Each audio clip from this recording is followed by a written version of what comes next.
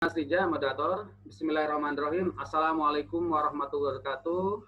Waalaikumsalam warahmatullahi wabarakatuh. Waalaikumsalam warahmatullahi wabarakatuh. Yang terhormat Pak Haji Tajuddin, Kasubdit Ikan Konsumsi, Direktorat Produksi dan Usaha, Direktorat Jenderal Perikanan Budaya, rekan-rekan dari bidang penyuluhan, ya, juga para penyuluh, ya, mengawali pikon yang keempat nih pada saat kita work from home ini udah pikon kesekian kalinya, cuma pada saat kita work from home nih yang keempat kalinya, kami mungkin akan menyapa dulu para penyuluh yang hari ini partisipasi dalam kegiatan Zoom meeting ini.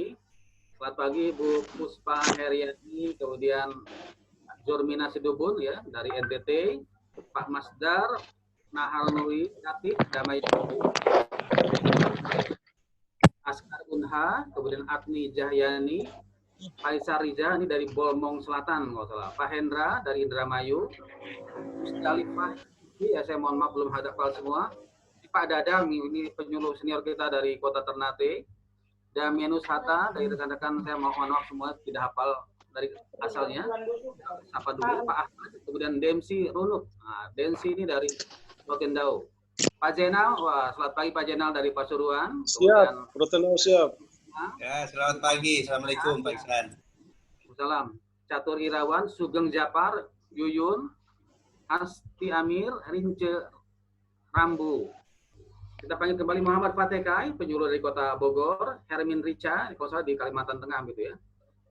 Staf kami, rekan kami, Mbak Basari, kemudian Erasmus, Reni Rajab, M. Saifil Anam, Kenny Bolen, Yulia, Titin Suyana, Sarmini, Agus Rodianto, wah ini juga penyuluh senior dari Kabupaten Tabanan. Pagi Pak Agus. Gusti Haurisa, Yopi Iswayudi, Budi Anto, Nur Hasani, Rahmawati Ahmad, Agni Yusmaria, Simeon Kause, Pak Simon, selamat pagi, Andi Subhan, Asep, kemudian Fauzi Ridwan, Sri Wayuni, Ibu dari Kabupaten Bogor,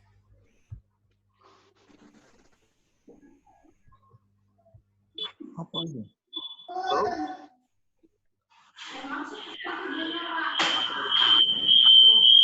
Erenat Rustan Nasrum. Berikutnya di screen ketiga, ini artikel 51, Nunung Ariwatni, Johannes Punut, Pak Johannes ini kelulusan dari NTT ya, Istopareser, kemudian Supardi, Rian Arianti, Hendro Bonso, Siti Anissa, Lukas Hamzah, Zulfan Haidar, kemudian Elgardus Simor, Hasnawati, Umbu Mana, Julfikar Sausi, Kenny Bolan, Muhammad Zamroni, kemudian Rismawati, kemudian Suwarni Jeneponto, kemudian Heri Susanto, Mutia, Redmi Miftahul Jannah, Sulaiha, Said Fahmi, Febriani Nur, Riki Berhetu, ini penyuluh dari Kota Ambon, Ade Bunga Fitri, Rizky Alfira, Melani Rona, Sasa Sahir, Arjaningsih, ini penyuluh dari Kabupaten Sumbawa Barat, Kustinarmoy, Budi, Bernaditus, Aristia, Ikaning Tias, Fahru Riza, ini Bolmong Selatan tadi ya, Haryati, Mei Efron, Nur Asia, Pris ini dari Sumba Timur kalau nggak salah. Kemudian yang rekan kami, Ginajar yang membantu kegiatan ini, host. Kemudian Dahliana, kemudian Ikra, ini penyuluh dari Polvo, Sunardi, Mei Puspita, Muhammad Jahroni.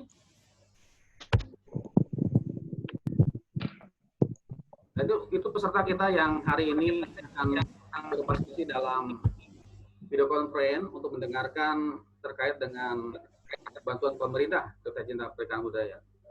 Sebelumnya atas nama pimpinan kami mengucapkan terima kasih Pak Haji Tajuddin, ya, Kasubdit Ikan Konsumsi Jenderal Perikanan atas kesiapan waktunya dan kerjasamanya dalam menjelaskan. Akan penyuluh bahwa pendampingan bantuan pemerintah adalah salah satu tugas penyuluh ya, selain tugas-tugas yang lain ya. Jadi hari ini kita akan menjelaskan diskusi dengan Pak Haji Tajuddin terkait dengan dua hal, bantuan pemerintah padi dan biofuel. Ya. Jadi kedua bantuan pemerintah ini sudah tercantum dalam program penyuluhan perikanan nasional ya. Jadi kami mohon pastikan baca program penyuluhan perikanan nasional. Di situ telah tercantum kegiatan-kegiatan prioritas KKP, baik di Dijen Perikanan Tangkap, budidaya, ya, pengolahan, kemudian ya. oleh para penyuluh perikanan di seluruh Indonesia ya. Jadi hari ini kita akan membaca atau mendengarkan dengan juga diskusikan dua hal bantuan pemerintah dari Jenderal Perikanan Budaya. Masih banyak sekali bantuan pemerintah yang lain yang perlu kita pahami. Rekan penyuluh yang kami hormati bahwa dalam konteks kita mendapat bantuan pemerintah, yang harus kita cermati adalah apa peran kita.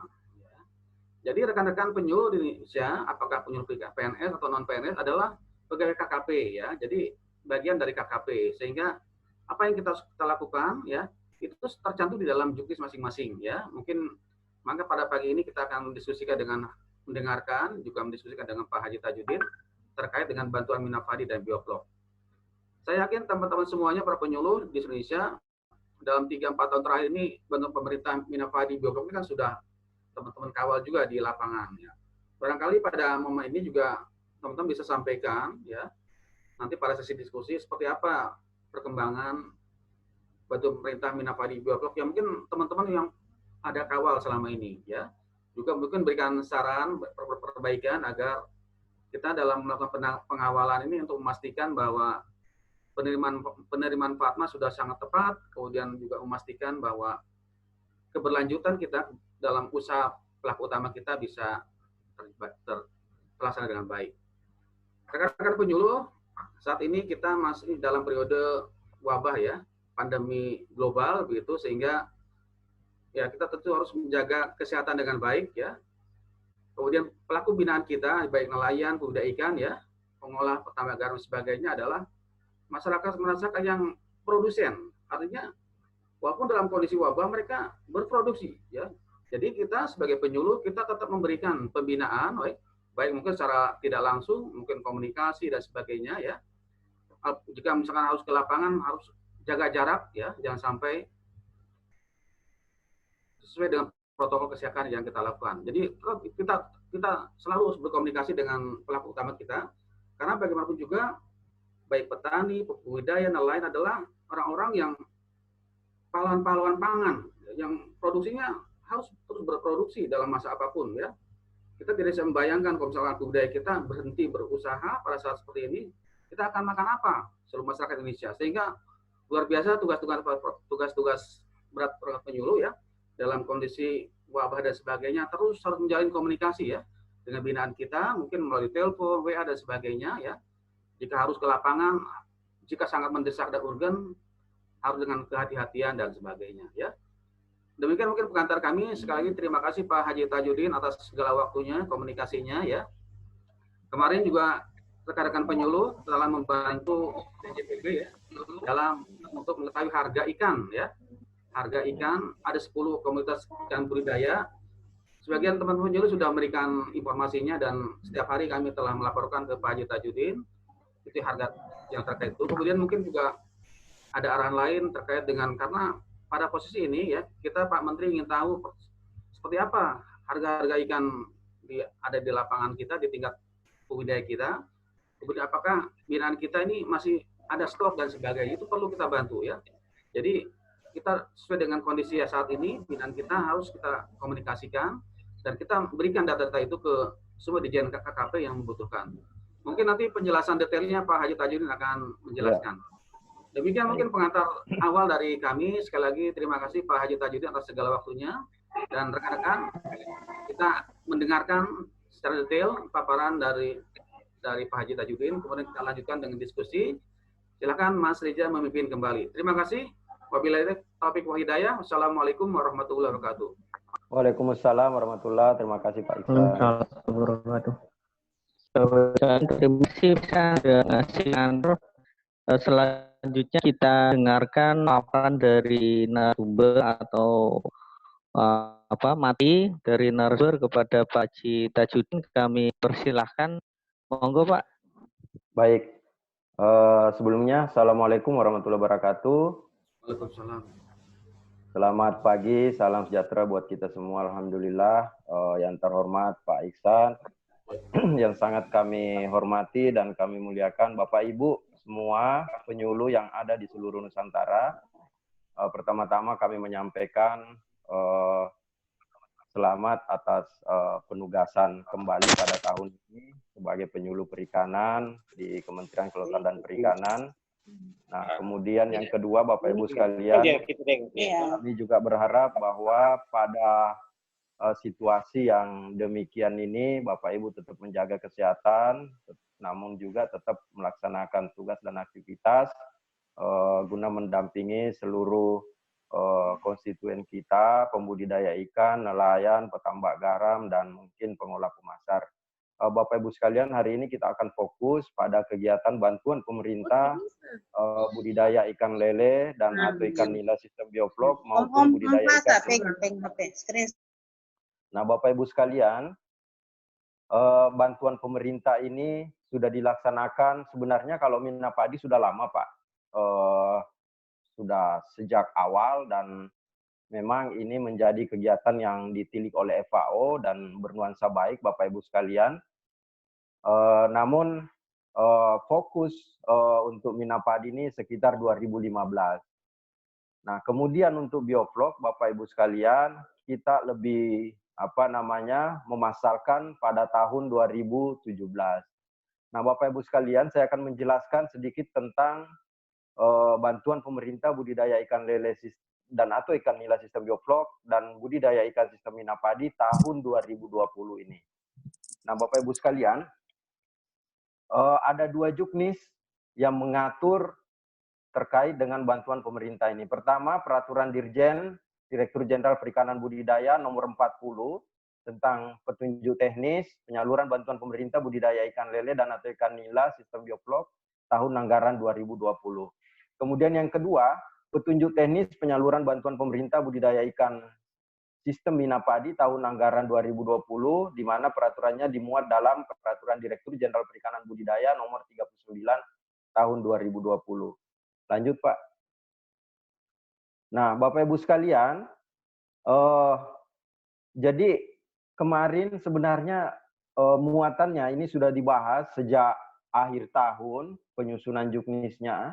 Namun dalam beberapa pergerakannya, Bapak Ibu sekalian, ini ada review baik dari BPK, Badan Pemeriksa Keuangan, mitra kami, kemudian dari Inspektorat, pembina kami, kemudian juga dari Unit Kerja Pengadaan Barang Jasa, Kementerian Kelautan dan Perikanan yang melakukan pelelangan terhadap kegiatan ini. Karena kegiatan ini adalah dilelang, Bapak Ibu sekalian, pengadaannya dilelang. Nah, Bapak Ibu sekalian, kemarin sempat kami bahas dalam situasi COVID sebelum kantor di lockdown begitu, kita mereview apakah kegiatan ini dilaksanakan dalam satu paket barang maupun konstruksi atau dilelangnya konstruksi atau barang digabung atau dipisah. Nah, itu yang kemarin menjadi pendidikan kami, Bapak Ibu sekalian. Namun insya Allah besok, karena ini satkernya melebar, terkait dengan ada anggaran penambahan dari pemerintah, khususnya Kementerian Kelautan Perikanan, kita kebagian anggaran tambahan sekitar 300-an, Bapak Ibu sekalian. Dan ini nuansanya baik karena fokus ke budidaya. Nah, oleh karena itu Bapak Ibu sekalian, insya Allah besok pagi juga kami akan fitcon dengan UPT-UPT pelaksana bioflok dan Minapadi. Dapat kami sampaikan Bapak Ibu sekalian, penyuluh perikanan yang kami banggakan, bahwasanya bioflok dan Minapadi pada tahun 2020 ini itu semuanya dilaksanakan oleh UPT. Balai-balai kami yang tersebar di seluruh Indonesia. Untuk bioflok ada 13 UPT pelaksana, dan untuk Minapadi ada 4 UPT pelaksana, Bapak Ibu sekalian. Nah, mungkin itu sekelumit dari prosesnya. Lanjut, Pak. Nah, kita akan masuk ke substansi yang bioflok, Bapak Ibu sekalian. Juknisnya, lanjut, Pak. Nah, Bapak Ibu sekalian, target kita pada tahun, lanjut, Pak. Nah, target kita pada tahun 2020 ini ada 200, balik, Pak. Ada 246 paket, di mana sasarannya adalah minimal 260 kilo per kolam per siklus. Jadi kita sekarang memodifikasi Bapak Ibu sekalian targetnya karena kita diaudit oleh Badan Pemeriksa Keuangan. Oleh karena itu kita berharap bahwa UPT-UPT kami sebagai satuan kerja itu bisa melaksanakan capaian ini. Nah, jadi targetnya adalah 260 kilo per kolam per siklus.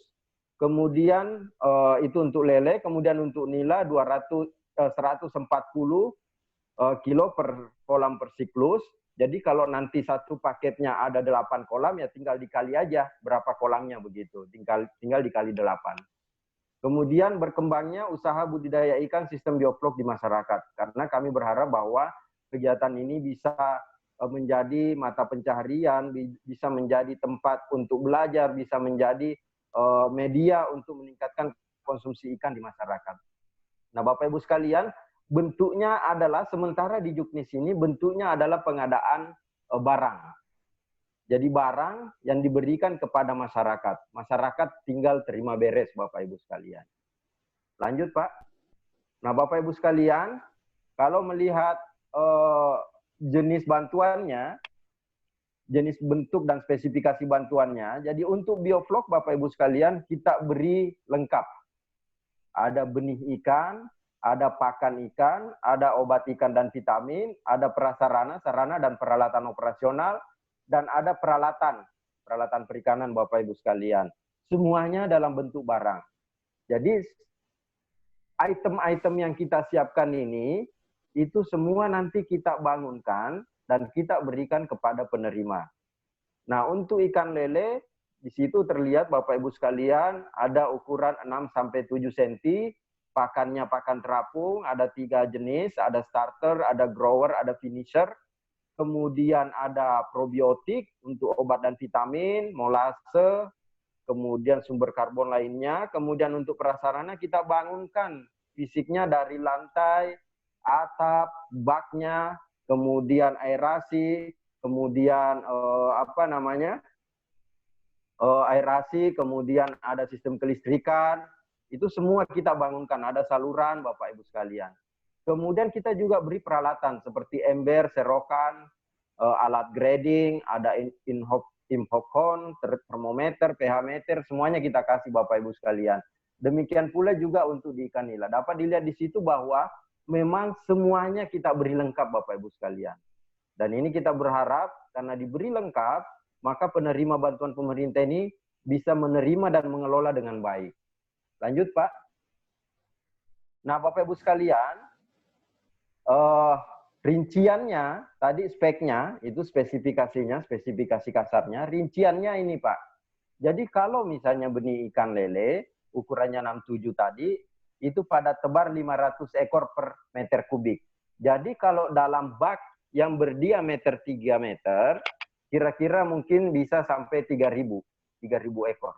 Nah tinggal dilihat aja nanti kepadatannya Bapak Ibu sekalian. Jadi kita satuannya 500 ekor per meter kubik. Jadi kalau volume air di dalam bak itu kira-kira sekitar 6 meter kubik, maka ada sekitar 3.000 ekor. Itu mungkin satuannya untuk memudahkan menghitung Bapak Ibu sekalian. Kemudian juga ada pakan starter, kita beri, ada pakan ikan grower, itu kebutuhannya ada di sini 15 kilo per bak, 75 kilo per bak, pakan finisher juga 250 kilo per bak. Nah nanti tinggal dikali berapa bak yang dibangunkan. Karena ini berbeda tentunya, misalnya di Papua, di Jawa, di daerah lainnya Bapak Ibu sekalian. Lanjut Pak. Nah Bapak Ibu sekalian, ini juga masih prasarana dan peralatan. Kita berikan lengkap semua dan kita terpasang Bapak Ibu sekalian. Jadi semuanya sudah terpasang.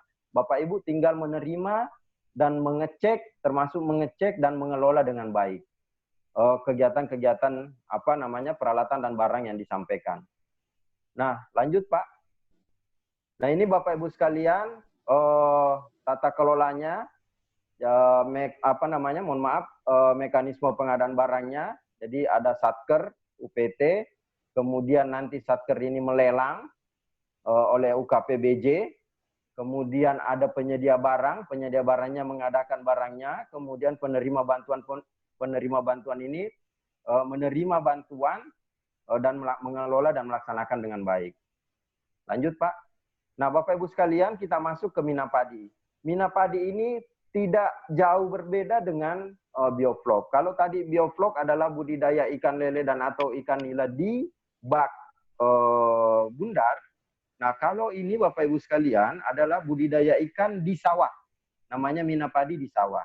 Tahun ini kita ada 200 paket dan tentunya Bapak Ibu sekalian ada target-target yang harus dipenuhi, misalnya terwujudnya produksi ikan minimal 500 kilo per paket per siklus.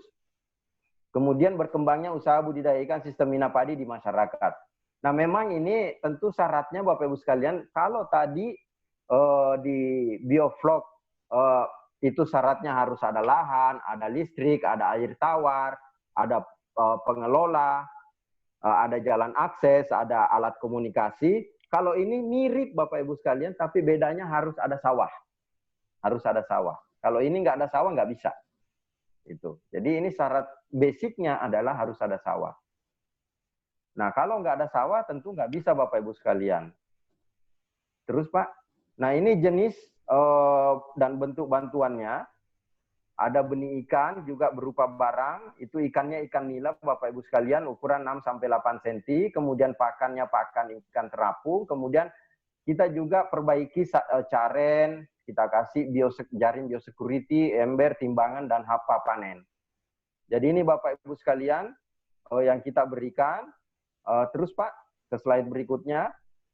Nah ini jenis dan bentuknya Bapak Ibu sekalian, berapa jumlahnya kelihatan di situ bahwa benih ikan nila itu 6-8 cm, sekitar 20.000 ekor untuk 1 hektarnya.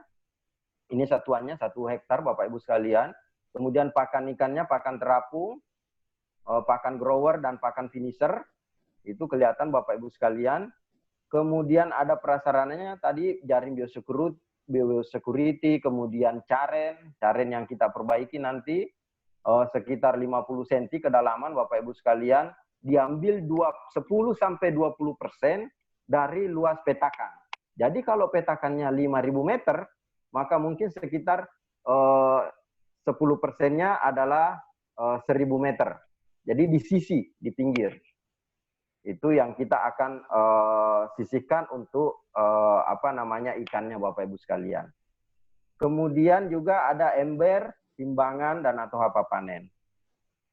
Terus Pak, nah ini Bapak Ibu sekalian, mekanisme pengadaan barangnya mirip tadi dengan bioflok, semuanya juga kita lelang, jadi penerima tinggal terima beres. Nah memang kadang-kadang Bapak Ibu sekalian, dalam kegiatan Mina Padi ini, kita berharapkan petani itu ada terus di lapangan mendampingi. Karena kita berharap bahwa petani ini nanti menunjukkan juga, ini kira-kira batu ada di mana, kalau batu digali kan tentu susah Bapak Ibu sekalian. Kemudian sumber airnya dari mana, kemudian kira-kira hewan-hewan pemangsanya apa. Nah ini harus menunjukkan, menceritakan supaya nanti tidak ada, kita akan meminimais kegagalan pada saat proses budidayanya. Nah Bapak Ibu sekalian, ini kriterianya untuk, terus Pak. Untuk kriteria calon penerima, Bapak Ibu sekalian, kelompok masyarakat, bisa LSM, bisa lembaga keagamaan, diutamakan berbadan hukum. Kemudian memiliki identitas yang legal, alamat jelas, dan dapat dihubungi. Jadi kalau nggak ada alamat jelasnya, orangnya susah dihubungi, kalau bisa dihindari dalam identifikasi Bapak Ibu sekalian. Kemudian sudah atau akan melakukan kegiatan bidang perikanan budidaya. Sebenarnya ini penting Bapak Ibu sekalian, di mana kalau pembudidaya itu sudah pernah melakukan kegiatan usaha budidaya ikan, tentu mudah untuk melakukan kegiatannya. Jadi karena ini kegiatan kita orientasinya panen, tentu kita berharap bahwa masyarakat pelakunya adalah yang minimal punya basic untuk kegiatan usaha pertanian atau perikanan Bapak Ibu sekalian. Kemudian belum pernah menerima bantuan sejenis. Nah kalau bisa, karena ini bantuan terbatas Bapak Ibu sekalian, jadi kalau tahun-tahun sebelumnya sejenis atau sama udah pernah terima, kalau bisa tidak menjadi prioritas utama dalam kegiatan ini. Kemudian anggota atau pengurus kelompok itu bukan aparat desa atau kelurahan, bukan PNS seperti kami ini ASN, bukan pegawai BUMN, BUMD, TNI, Polri, atau anggota legislatif, anggota DPRD, maupun Bapak Ibu sekalian, mohon maaf buat Bapak Ibu penyuluh tidak boleh ikut dalam kegiatan ini.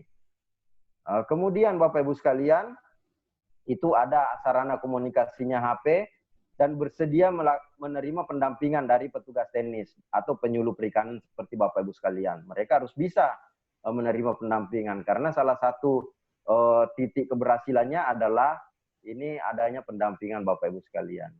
Nah, terus Pak, lanjut. Nah, ini Bapak Ibu sekalian persyaratannya untuk budidaya ikan lele dan atau ikan nila sistem bioflok di kolom kiri, di kolom kanan untuk budidaya ikan mina padi. Nah, Bapak Ibu sekalian, kita berharap bahwa lahannya ini itu clear dan clean. Clearnya maksudnya tidak ada persoalan ketika dibangun nanti. Jadi jangan sampai Bapak Ibu sekalian ketika dibangun tiba-tiba ada yang komplain. Nah, kasihan si pelaksana kontraktornya. Kemudian lahannya itu tidak dalam posisi di terasering atau di tempat miring atau apa Bapak Ibu sekalian, atau sawah atau kolam yang berair disuruh timbun, enggak.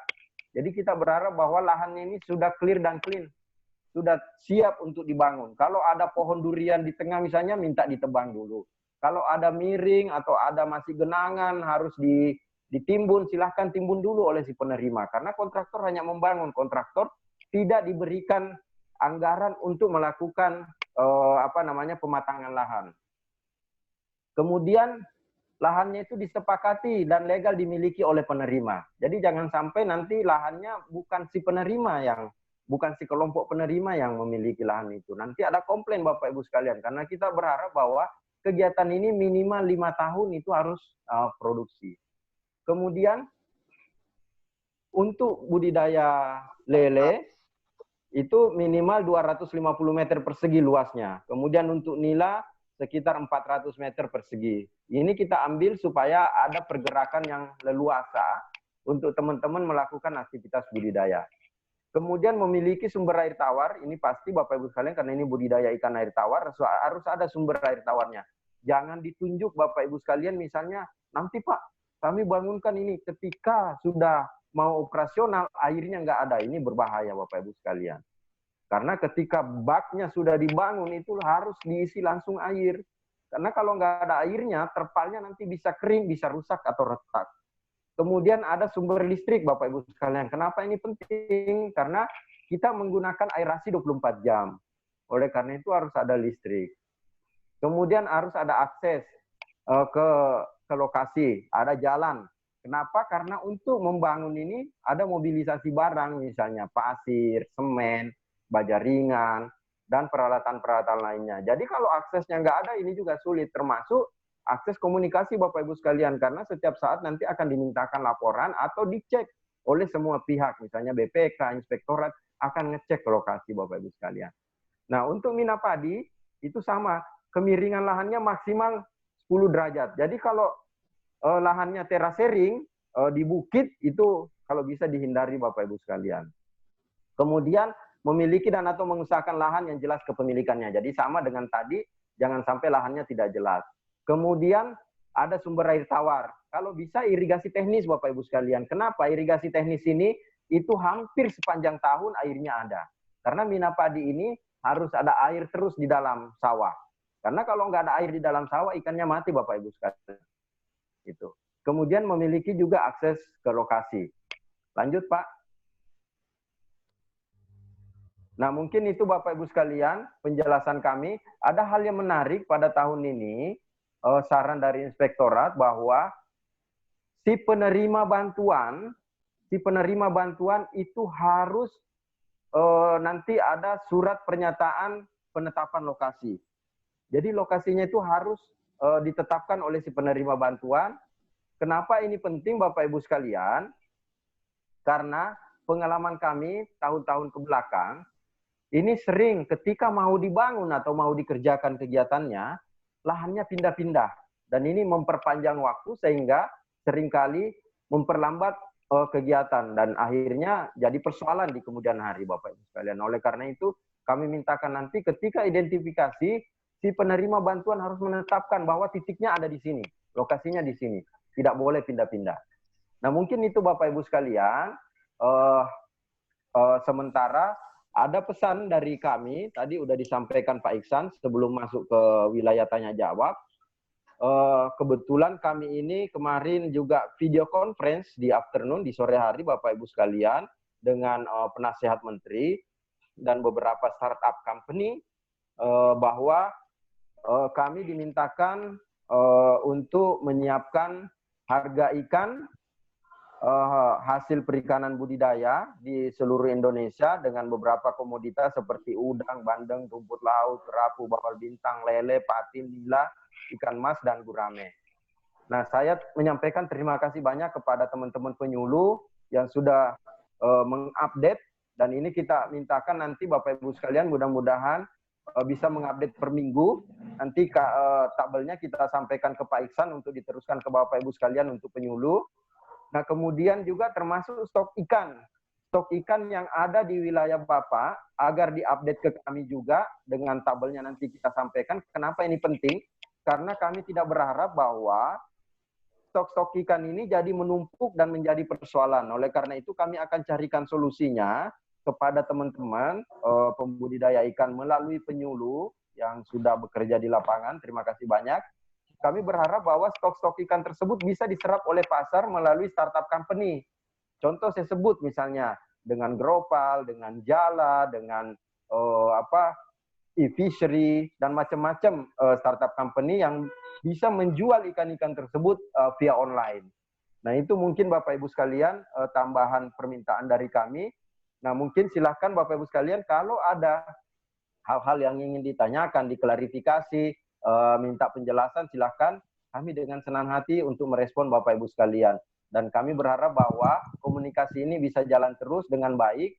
Mudah-mudahan nanti ke depan, dan dapat kami sampaikan bahwa Bapak Ibu sekalian di dalam Juknis kami ini, Peraturan Dirjen nomor 39 tentang Mina Padi dan 40 tentang Bioflok, itu penyuluh perikanan kita muat dalam tata kelola bantuan pemerintah Bapak Ibu sekalian. Jadi peran dan posisi Bapak Ibu sekalian sebagai penyuluh itu sangat penting. Di nomor 5, itu khusus penyuluh perikanan. Apa tugasnya Bapak Ibu sekalian? Membantu identifikasi calon penerima bantuan pemerintah di kabupaten kota. Kemudian membantu dan mendampingi calon penerima bantuan pemerintah dalam penyusunan dokumen, persyaratan administrasi, persyaratan teknis, dan persyaratan lokasi. Kemudian memberikan penyuluhan serta bimbingan teknis dan manajemen kepada penerima bantuan pemerintah. Kemudian membantu memfasilitasi kemudahan akses terhadap pengadaan sarana produksi. Jadi nanti kalau udah siklus kedua, kami berharap penyuluh ini bisa melakukan pendampingan kepada penerima bantuan. Oh, beli pakan di sini, beli benih di sini, beli bibit di sini, beli peralatan di sini. Kemudian membantu memecahkan permasalahan. Misalnya kalau mau menjual, oh ikannya Pak jual ke sini, harganya segini. Bisa melakukan fasilitasi. Dan senang hati Bapak Ibu sekalian, kami berharap penyuluh-penyuluh melakukan pendampingan ini. Kemudian membantu penerima bantuan membuat laporan permasalahan, laporan pemanfaatan, dan juga membuat laporan hasil pelaksanaan kepada Pak Iksan. Nah, mungkin itu Bapak Ibu sekalian sementara yang kami sampaikan. Silahkan kalau ada yang perlu ditanyakan. Demikian. Assalamualaikum warahmatullahi wabarakatuh. Waalaikumsalam warahmatullahi wabarakatuh. Terima kasih Pak Haji Tajuddin. Baik Bapak Ibu sekalian, ini ada waktu sekitar 1 jam, masih ada waktu sekitar 1 jam. Monggo yang mau bertanya dipersilakan. Untuk sesi pertanyaan pertama kita buka 4 orang penanya. Silakan Bapak Ibu sekalian. Silakan. Izin bertanya Pak, Kabupaten Ya, Mojokerto. dari Mojokerto, monggo silakan. Ya, terima kasih Pak. Assalamualaikum warahmatullahi wabarakatuh. Waalaikumsalam warahmatullahi wabarakatuh. Izin bertanya Pak, ini kan kebetulan kami mempunyai kelompok binaan yang istilahnya bisa untuk diarahkan untuk teknis budidaya bioflok, itu kan hanya 2 orang dari anggota 10 kelompok. Apakah bisa ketika itu ingin mengakses bantuan Pak? Mungkin itu saja Pak, terima kasih. Terima kasih, saya respon langsung Bapak Ibu sekalian. Ya, silakan Jadi Pak. pada prinsipnya bantuan pemerintah ini bisa diakses oleh semua Bapak Ibu sekalian. Yang penting tadi persyaratannya bahwa itu berkelompok, punya badan hukum, kemudian ada approval dari dinas, Bapak Ibu sekalian. Kenapa tahun ini kalau dulu proposal itu bisa loncat ke kementerian, saat ini kita mintakan ada approval, ada sepengetahuan dari dinas kabupaten kota, Bapak Ibu sekalian, supaya nanti dalam kelanjutannya dinas kabupaten kota bisa melakukan pemantauan terhadap kegiatan-kegiatan itu. Jadi silakan Ibu, sepanjang tidak melanggar tadi aturannya, contoh misalnya bukan ASN, TNI Polri apa semua gitu. Silakan Bu. Jadi memenuhi persyaratan teknis, persyaratan lokasi, persyaratan administrasi, silakan Ibu. Gimana Bu? Baik, Pak, Sudah terima jelas? kasih. Jelas Pak, terima kasih. Jelas, terima kasih Bu. Ada lagi Bapak Ibu sekalian? Ya, Bogor, Pak. Iya, Bogor, silakan. Pasuruan. Baik, terima kasih Pak. Perkenalkan saya Muhammad Pateke dari Penyuluh Perikanan di Kota Bogor. Ada beberapa hal yang ingin saya tanyakan. Yang pertama,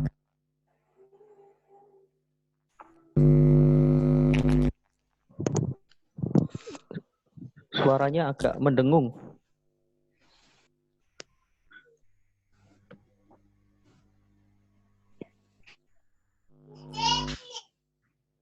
Bogor, silakan.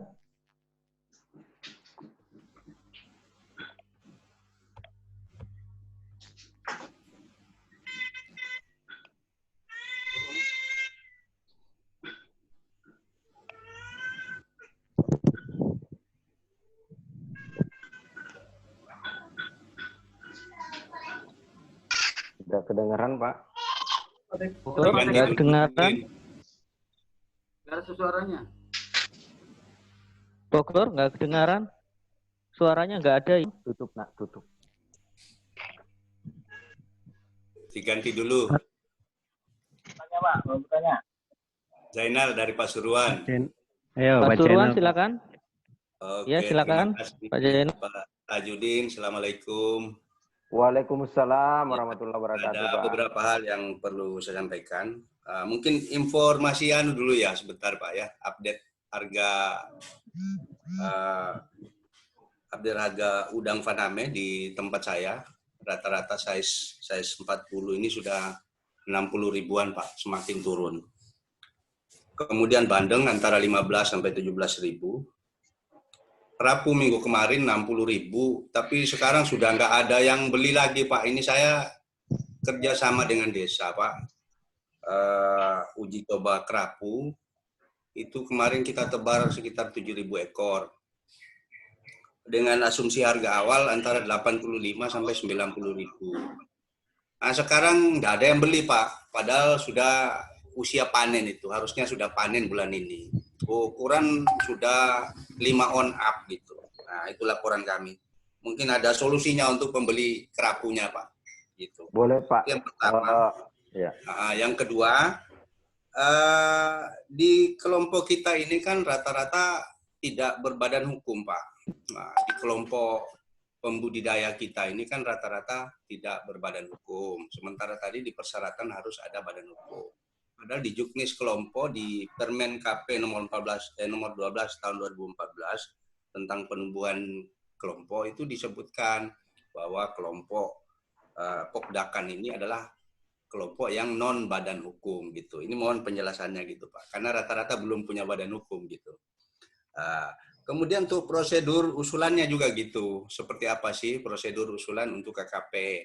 Apakah menyusun proposal kirim langsung atau juga secara online mungkin bisa Pak gitu. Kemudian yang ketiga kaitannya dengan luas lahan yang tadi minimal 250 meter bujur sangkar. Nah, 250 ini masuknya apakah sehamparan atau bisa misalnya di anggota kelompok mungkin ada sekitar 30 meter gitu, 20 meter atau seperti apa gitu. Apakah harus terkonsentrasi dalam satu areal begitu. Demikian Pak Tajudin, kurang lebihnya mohon maaf. Terima kasih. Assalamualaikum warahmatullahi wabarakatuh. Waalaikumsalam warahmatullahi wabarakatuh. Saya respon langsung ya Pak. Nah Bapak Ibu sekalian. Ya silakan Pak. Pak Suruhan, terima kasih banyak Pak. Jadi tadi dengan stok ikan yang belum terjual, nanti kami mohon dibantu Pak. Akan kami sampaikan ada file Excel, nanti diisi aja Pak. Kami sampaikan ke Pak Iksan untuk diteruskan ke penyuluh dan kami minta respon Pak. karena nanti akan kami sampaikan kepada startup company, karena kemarin ketika FitCon, beberapa startup itu justru butuh informasi ini, Pak. Mereka akan menindaklanjuti segera. Oke, kami tunggu, Pak. Siap. Iya, Pak. Ya. Kemudian yang masalah badan hukum, Pak. Memang pembicaraan 1 minggu kemarin ini, karena kita mau relaksasi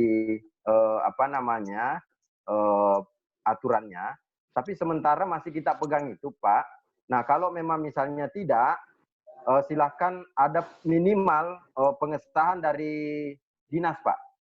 Jadi kami sampaikan bahwa di dalam usulan itu dinas mengapprove, mengetahui dan mengesahkan bahwa itu ada kelompok, Pak.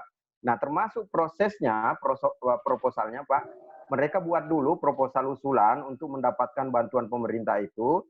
Nanti proposalnya pun harus diketahui oleh dinas. Disampaikan ke kami, bisa via online, Pak, tapi sudah dalam bentuk proposal, bisa dalam bentuk hard copy dikirim ke kami, ke Direktorat Jenderal Perikanan Budidaya. Nah, Bapak Ibu sekalian, ini untuk bioflok, kenapa kami minta dia harus satu hamparan, tidak pecah-pecah? Bapak bisa bayangkan, Pak, kalau kontraktornya, kan ini harus ada atapnya, harus ada lahannya, harus ada baja ringan, lantai, apa semua. Bapak bisa bayangkan, Pak, kalau beda-beda titik, itu kesulitan membangunnya, Pak. Dan itu akan menjadi persoalan di BPK nanti. Jadi harus ada satu titik, Pak, lahannya. Gitu. Tidak bisa dipecah-pecah begitu. Karena misalnya baknya 6, Bapak mau bagi 10 nggak bisa. Gitu. Bapak bangun satu di sini, atapnya satu di sini, blowernya cuma 2. Nggak mungkin blowernya ditarik pipa ke sana. Ini aduh, susah, Pak. Harus satu titik. Gitu, Pak. Sementara itu, Pak. Jadi silakan Bapak Ibu sekalian, proses proposalnya, mereka mengajukan proposal, membuat proposal, nanti silakan penyuluh bantu. Kemudian proposalnya di-approve, disahkan di dinas, termasuk organisasinya, Pak, kalau ada. Jadi disampaikan aja, nanti kita minta bagaimana relaksasinya. Memang itu diutamakan, Pak, tulisannya. Tapi tidak tertutup kemungkinan akan menjadi diproses, Pak, oleh teman-teman. Oke, Silakan, sip. Pak. Terima kasih. Ya, Pak. Baik. Gimana, Pak? Jelas? Pak Jenal? Mas Turwan? Sudah. Terima kasih banyak. Ya, terima kasih. Baik, Bapak Ibu sekalian, ada lagi penanya? Monggo yang mau bertanya, silakan. Manggarai Barat, Pak, Pak Danus. Dari mana, Pak? Manggarai Barat. Silakan Manggarai Barat. Oke, Pak Danus. Mohon izin, Pak, ini kita mau bertanya ini terkait dengan yang disampaikan oleh teman-teman penyuluh di Pasuruan tadi. Saya sangat mendukung sekali, Pak. Apa yang disampaikan oleh teman dari Pasuruan tadi itu, bahwa pada dasarnya semua pokdakan yang kami bentuk itu dan yang ada di khususnya di Kabupaten Manggarai Barat nih, Pak. Rata-rata itu belum berbadan hukum. Mereka hanya sampai pada atas SK pengukuhan. SK itu yang dikukuhkan oleh oleh kepala desa. Sehingga mungkin itu yang sangat memberatkan bagi pokdakan-pokdakan kami yang ada di Manggarai Barat untuk bisa mendapatkan bantuan itu. Untuk bisa dapat membantu pokdakan itu, Pak. Mungkin bisa diberi kebijakan bahwa untuk mendapat bantuan itu atau akses bantuan itu sebenarnya harus didasar pada SK pengukuhan itu ya, Pak. Atau setidaknya ada rekomendasi dari dinas tempat. Ya. Mungkin itu saja, Pak, yang perlu disampaikan. Terima kasih, Pak. Baik, Pak. Terima kasih. Ini seragam, hampir mungkin seluruh Indonesia begitu, Pak. Kenapa? Memang di situ klausulnya diutamakan, Pak. Jadi mungkin tidak, kalau misalnya sudah ada seperti tadi pengesahan dari camat atau dari kepala desa atau apa, dan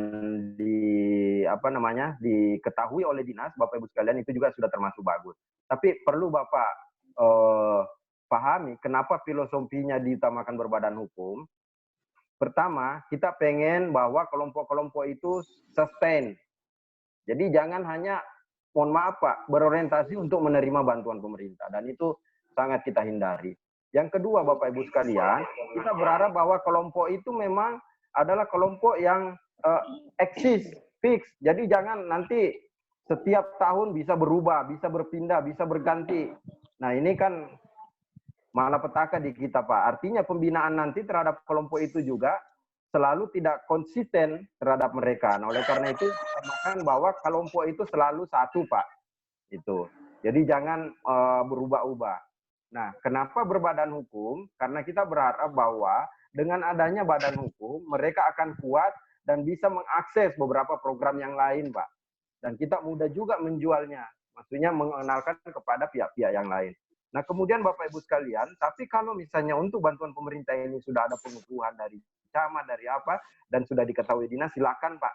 Silakan diusulkan aja dulu. Tapi kami sangat tidak berharap bahwa dulu-dulu image-nya bahwa kelompok ini dibentuk hanya untuk menerima bantuan pemerintah. Nah, itu kami sangat hindari saat ini, Pak. Jadi oleh karena itu, mohon juga Bapak Ibu sekalian yang ada di daerah, melakukan pembinaan terhadap kelompok-kelompok ini untuk terus eksis, Pak. Jadi tidak hanya berorientasi terhadap itu. Dan yang kedua, ini tentunya akan memudahkan juga kepada penyuluh-penyuluh, terutama penyuluh perikanan, untuk melakukan pendampingan pembinaan. Karena orangnya selalu, kelompoknya itu terus, Pak. Coba Bapak bayangkan kalau kelompoknya berganti-ganti. Itu akan repot nanti dalam pembinaannya. Mungkin itu Pak, silakan. Terima kasih banyak. Terima kasih. Gimana Pak? Jelas? Terima kasih Pak. Ponto Pak. Sudah jelas Pak. Ya, silakan. Jeneponto silakan. Jeneponto. Ya Pak ya, terima kasih Pak. Bismillahirrahmanirrahim. Assalamualaikum warahmatullahi wabarakatuh. Waalaikumsalam warahmatullahi wabarakatuh. Nama Suarwini, penyuluh dari Kabupaten Jeneponto. Seperti apa yang dikemukakan beberapa teman tadi Pak, permasalahannya hampir sama semua, di mana bahwasanya kelompok itu banyak yang belum berbadan hukum, terutama yang pembudidaya. Jadi, tapi kami di sini Pak ada semacam surat keterangan terdaftar dari Dinas Perikanan. Apakah itu bisa kami jadikan pengganti dari istilahnya yang akta notaris seperti itu? Karena yang kami fasilitasi sekarang untuk akta notaris kebanyakan yang KUB, tapi ada juga yang beberapa pokdakan tapi yang rumput laut seperti itu. Jadi ada yang berbadan hukum yang berupa akta notaris, ada juga yang memakai SKT surat keterangan terdaftar dari Dinas Perikanan seperti itu. Terus untuk pengusulan proposalnya, apakah bisa kami kirim langsung atau bagaimana Pak sistemnya di sini? Karena terus terang kami di sini kalau masalah bantuan budidaya di Jeneponto masih kurang mendapatkan bantuan dari pusat seperti itu Pak. Jadi untuk itu kami berharap semoga kedepannya Jeneponto lebih bisa diutamakan lagi untuk bantuan budidaya seperti itu. Ya Pak, makasih. Ya, makasih Pak. Wassalamualaikum warahmatullahi wabarakatuh. Waalaikumsalam warahmatullahi wabarakatuh. Ya, saya respon ya Pak. Ya, ya. Terima kasih banyak Ibu. Mengenai surat keterangan terdaftar dari dinas, itu juga silakan digunakan Ibu. Sama kasusnya. Ini tadi saya sampaikan bahwa seluruh Indonesia hampir mirip kasusnya. Jadi silakan digunakan. Itu cuma perlu Ibu ketahui, saya ulang lagi, bahwa kami tidak ingin melakukan pembinaan pendampingan itu berulang-ulang. Misalnya orangnya 10, besok ini sekarang berkelompok dari nomor 1 sampai 10, untuk nanti kalau ada bantuan lagi nomor 1 dan 2 pecah, nomor 9 dan 10 pecah, nanti bergabung lagi dengan yang lain. Nah, itu repot dalam pembinaan. Nah, silakan Ibu nanti mengenai usulan proposal, nanti dibantu Bu pembudidayanya untuk menyiapkan, kemudian disampaikan kepada dinas, itu untuk mendapatkan approval, jadi mendapatkan persetujuan dari dinas. Nanti kalau sudah disampaikan ke Direktur Jenderal Perikanan Budidaya, Ibu. Jadi mekanismenya begitu. Nanti dinas lah, biarkan dinas yang menyampaikan, ya, harus melalui dinas. Karena kalau tidak melalui dinas, itu nanti sulit, Ibu. Sulit, ya. Jadi nanti kita juga, karena kan kami ini akan berhubungan dengan dinas. Karena biasanya lokasi itu dinas yang tahu. Kalau kami langsung ke masyarakat, itu kadang-kadang kami kesulitan. Oleh karena itu harus melalui dinas. Dinas Jeneponto, toh? Iya, Ya. Pak, ya, Pak. Iya, makasih, Bu. Makasih banyak, Pak, ya. Iya, Ibu. Sukses, Ibu. Iya, Pak. Assalamualaikum. Mohon izin, Pak. Waalaikumsalam. Bertanya, Pak. Silakan. Dari mana, Pak? Masih ada kesempatan? Iya, dari mana, Pak? Silakan. Bolsel. Bolsel. Tangsel, Mas Farur, silakan. Faisal, ya. Ya, silakan. Dari mana? Oke, makasih. Assalamualaikum warahmatullahi wabarakatuh. Waalaikumsalam warahmatullahi Pak wabarakatuh. Tajudin sebagai narasumber yang saya hormati, Iya, rekan-rekan Pak. sekalian penyuluh dan lain sebagainya yang tidak saya sebutkan satu-satu. Langsung saja, Pak, ya. Ini, Pak, yang tadi kalau saya lihat ada 200 paket, Pak, ya. Artinya ini 200 paket ini belum ada yang mengusulkan, Pak, ya. Untuk 2020. Artinya masih ada kesempatan untuk mengusulkan. Silakan, Atau baru Pak. mengusulkan di tahun ini, baru realisasi tahun 2021. Silakan, Pak, diusulkan, Pak. Oh ya, artinya masih ada kesempatan, Pak, ya. Bukan berarti proposal yang 2019 kan, Pak, ya. Bapak dari mana, Pak? Nanti Dari Bolsel? yang diutamakan yang 2019, bukan yang 2020 pengusulannya. Bapak dari mana, Pak? Bolang Mongondo Selatan, Pak. Faisal Oh, Riza, Bolang Bolang Mongondo Selatan. Ya, Provinsi Sulawesi Utara. Ya. Ini, Pak, kami tambahkan lagi, Pak. Potensi Ya, Pak. kami di Bolsel ini memang tidak terfokus di budidaya. Potensinya di bidang penangkapan, tetapi untuk potensi di budidaya itu ada. Contoh di wilayah kerja saya itu ada, Pak. Khususnya minapadi yang cocok. Nah, mungkin kami karena memang kelompoknya belum ada. Siapa tahu menggerakkan itu, tapi memang tidak mudah, Pak. Artinya memberikan pemahaman kepada masyarakat. Itu juga tidak spontan kan, Pak. Kita butuh waktu, butuh tenaga supaya mereka juga bisa memahami. Artinya walaupun memang sebelum-sebelumnya kami sudah membina kelompok, contoh kelompok budidaya yang dulunya tidak tahu budidaya ikan, sekarang sudah bisa budidaya. Tapi ketika kami pindah wilayah lain, ya mereka akhirnya terbengkalai, bubar lagi. Ya, itulah dinamika, Pak, ya. Ya, artinya kami minta Kabupaten Bolang Mongondo Selatan diberikan kesempatan, Pak, untuk bisa artinya mengusulkan bantuan pemerintah berupa minapadi maupun bioflok lele, Pak. Iya, Pak. Mungkin itu dulu, Pak. Makasih banyak, Pak. Assalamualaikum warahmatullahi wabarakatuh. Waalaikumsalam warahmatullahi wabarakatuh. Terima kasih banyak, Pak. Pak dari Bolaan Mongondo Selatan. Mongondo. Iya. Saya juga mohon maaf, Pak. Saya nggak nyangka loh kalau di sana ada potensi minapadi. Nah, Bapak Ibu sekalian, perlu kami sampaikan bahwa usulan sampai saat ini, Pak, sudah 1.000 lebih untuk bioflok, minapadi mungkin sudah sekitar 500-an hektar. Tapi tidak tertutup kemungkinan, Bapak Ibu sekalian, karena sebarannya ini seluruh Indonesia. Ini saya jelaskan kembali. Untuk minapadi, Bapak Ibu sekalian, satker pelaksananya itu ada 4, Balai Sukabumi. Balai Sukabumi ini coverage areanya Jawa Barat, Nusa Tenggara Barat, Nusa Tenggara Timur, Papua, dan Papua Barat. Kemudian untuk ini untuk minapadi ya, Pak, ya. Untuk Jambi itu wilayah kerjanya, balai kami di Jambi wilayah kerjanya Sumatera, Kepulauan Riau, dan Bangka Belitung. Jadi seluruh wilayah Sumatera. Kemudian untuk Mandi Angin, Bapak Ibu sekalian, balai kami di Mandi Angin, itu wilayah kerjanya Kalimantan dan Bali. Kemudian untuk balai kami di Tatelu, Sulawesi Utara, ini dekat dengan lokasinya Pak Bolaan Mongondo tadi, mohon maaf, itu wilayah kerjanya Sulawesi, Maluku, dan Maluku Utara. Jadi nanti Bapak, Ibu, usulan-usulan kami ini, kalau masuk ke kami, akan kami delegasikan kepada UPT-UPT pelaksana. Kemudian itu tadi untuk minapadi. Kemudian untuk bioflok, Bapak Ibu sekalian, bioflok ini Balai Besar Perikanan Budidaya Air Tawar Sukabumi, wilayah kerjanya Jawa Barat, Nusa Tenggara Timur, Papua, dan Papua Barat. Kemudian untuk Jepara, Balai Jepara, itu wilayah kerjanya di Jawa Tengah. Kemudian untuk Balai Lampung, wilayah kerjanya di Lampung dan Bangka Belitung. Kemudian untuk Jambi, balai kami di Jambi, itu wilayah kerjanya di Sumatera Barat, Riau, Jambi, Sumatera Selatan, dan Bengkulu.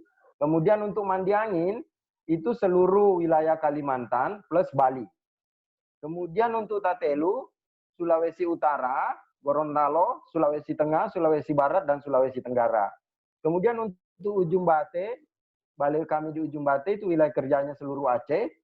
Kemudian untuk Situbondo, balai kami di Situbondo, wilayah kerjanya di Jawa Timur. Kemudian untuk Takalar, wilayah kerjanya di Sulawesi Selatan. Kemudian untuk Batam, wilayah kerjanya di Kepulauan Riau dan Sumatera Utara. Kemudian untuk Lombok, wilayah kerjanya di NTB. Kemudian untuk Ambon, wilayah kerjanya di Maluku dan Maluku Utara. Kemudian untuk balai kami di Karawang, wilayah kerjanya Banten, DKI, dan DI Yogyakarta. Jadi itu perlu Bapak Ibu sekalian, penyuluh-penyuluh tahu kepada siapa nanti berkoordinasi terhadap pelaksanaan pendampingan dan kegiatan di lapangan. Nah itu Bapak Ibu sekalian, sementara ada lagi pertanyaan, silakan. Bisa nggak proposalnya langsung ke balai, Pak? Bisa nggak proposalnya langsung ke balai, Pak? Silakan, boleh Pak. Cuma nanti kami nggak tahu Pak itu. Tapi nggak apa-apa, silakan, boleh itu Pak. Ya, lebih dekat lagi. Halo, permisi. Sumber Timur, Pak. Anak bumbu, Pak. Ya, silakan. Buleleng, Pak.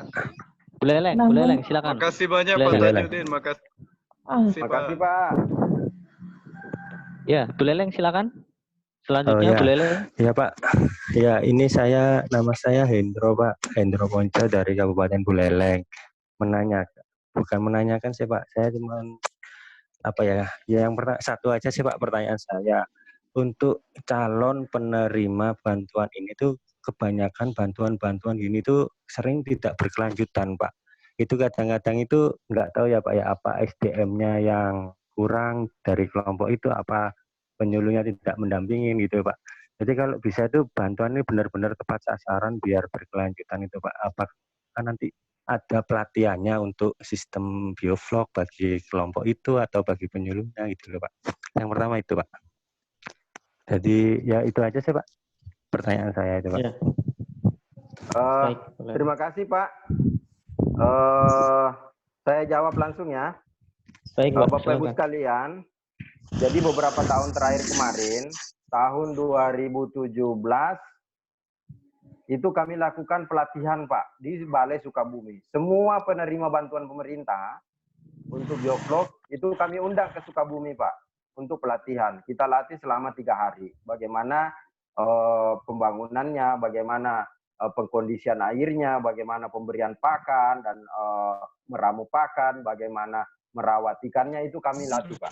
Di balai kami, di Balai Besar Sukabumi. Nah, tapi melihat perkembangannya karena spreadnya segitu lebar Pak, dari Aceh sampai Papua, tidak mungkin karena high cost kita panggil di Sukabumi. Oleh karena itu, Bapak Ibu sekalian, 2019 kemarin kita modifikasi. Jadi pelatihannya itu di titik-titik, di tempat-tempat dibangunnya lokasi-lokasi biovlog itu. Pelatihannya langsung kami laksanakan oleh pihak pelaksana. Jadi di dalam kontraknya itu pihak pelaksana harus meng-hire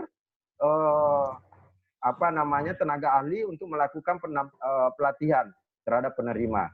Sekaligus mengajarkan bagaimana membangun fisiknya, siapa tahu si penerima bantuan ini mau melakukan ekspansi atau penambahan gitu Pak. Jadi itu ada pelatihan Bapak Ibu sekalian. Nah, untuk tahun ini mungkin skenario-nya mungkin pelatihannya tetap masih di lapangan langsung Pak. Gitu. Dan itu kami latih. Nah, Bapak Ibu sekalian, memang ada kegagalan, ada keberhasilan. Nah, kegagalan ini seringkali sama dengan kami, Pak. Kami kan tidak tahu kalau kelompok itu mau gagal atau mau berhasil. Nah, oleh karena itu Bapak Ibu sekalian, kita tetap melakukan upaya preventif. Preventifnya apa? Kita berlapis, memilih kelompoknya yang benar. Kemudian melakukan pelatihan. Kemudian melakukan pendampingan berlapis dari penyuluh, dari dinas, dari teman-teman kontraktor juga meng-hire tenaga ahlinya, Kemudian dari UPT-UPT kami, Pak, melakukan pendampingan juga. Ini berlapis sudah, tapi kalau memang misalnya masyarakatnya tidak berkeinginan, memang itu agak repot. Tapi alhamdulillah Bapak Ibu sekalian dapat kami sampaikan bahwa kelompok-kelompok yang kami bina kemarin ini, itu dalam satu siklus kemarin, hampir semuanya thanks so much kepada KKP. Kenapa? Mereka itu panen, Pak. Dan saya lihat di Batam sendiri, itu kematian dalam satu bak hanya 3 ekor, 2 ekor lah. Alhamdulillah tuh, Pak. Kemarin di Lombok melaporkan panen itu semua. Nah ini bagus, Pak. Mudah-mudahan berkesinambungan. Silakan, Pak. Terima kasih. Pak, terima kasih, Pak. Terima kasih. Gimana, Pak? Jelas? Sudah ya jelas, silakan, Pak. Jawa Terima Timur. kasih, Pak. Jawa Timur, silakan. Pertanyaan selanjutnya dari Jawa Timur. Mute sekali. Tanah bumbu, Dari Pak. mana, Ladong? Tanah bumbu. Badung, Pak, Badung. Ladong, silakan, Ladong. Kabupaten Badung, Pak. Badung, silakan, Badung. Badung, silakan, Badung. Terima kasih, Bapak. Tanah Om bumbu. Swastiastu. Selamat pagi untuk kita semua. Pagi, Bu. Bapak-bapak dan ibu-ibu peserta meeting SOM. Kami mewakili teman-teman di Kabupaten Badung. Selama ini kan di Kabupaten Badung sudah pernah mendapatkan bantuan bioflok yang ada di yayasan di Kute Utara. Itu Astung Carlo sudah berhasil dan sampai saat ini sudah berlanjut kegiatannya. Terus yang Terima ingin kasih, kami Bu. tanyakan, Pak, yang perlu kami tanyakan, Pak, untuk masing-masing provinsi dari 200 paket yang ada,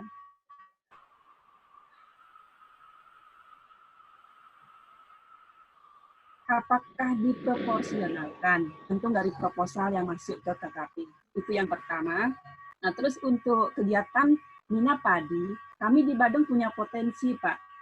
Yaitu di Kecamatan Aden Semal, khususnya di Desa Sange, itu dulu tahun 2000-an, itu memang sedang eksisnya ketika itu baik produksi ikan karper, tawes, dan udang galah juga eksis.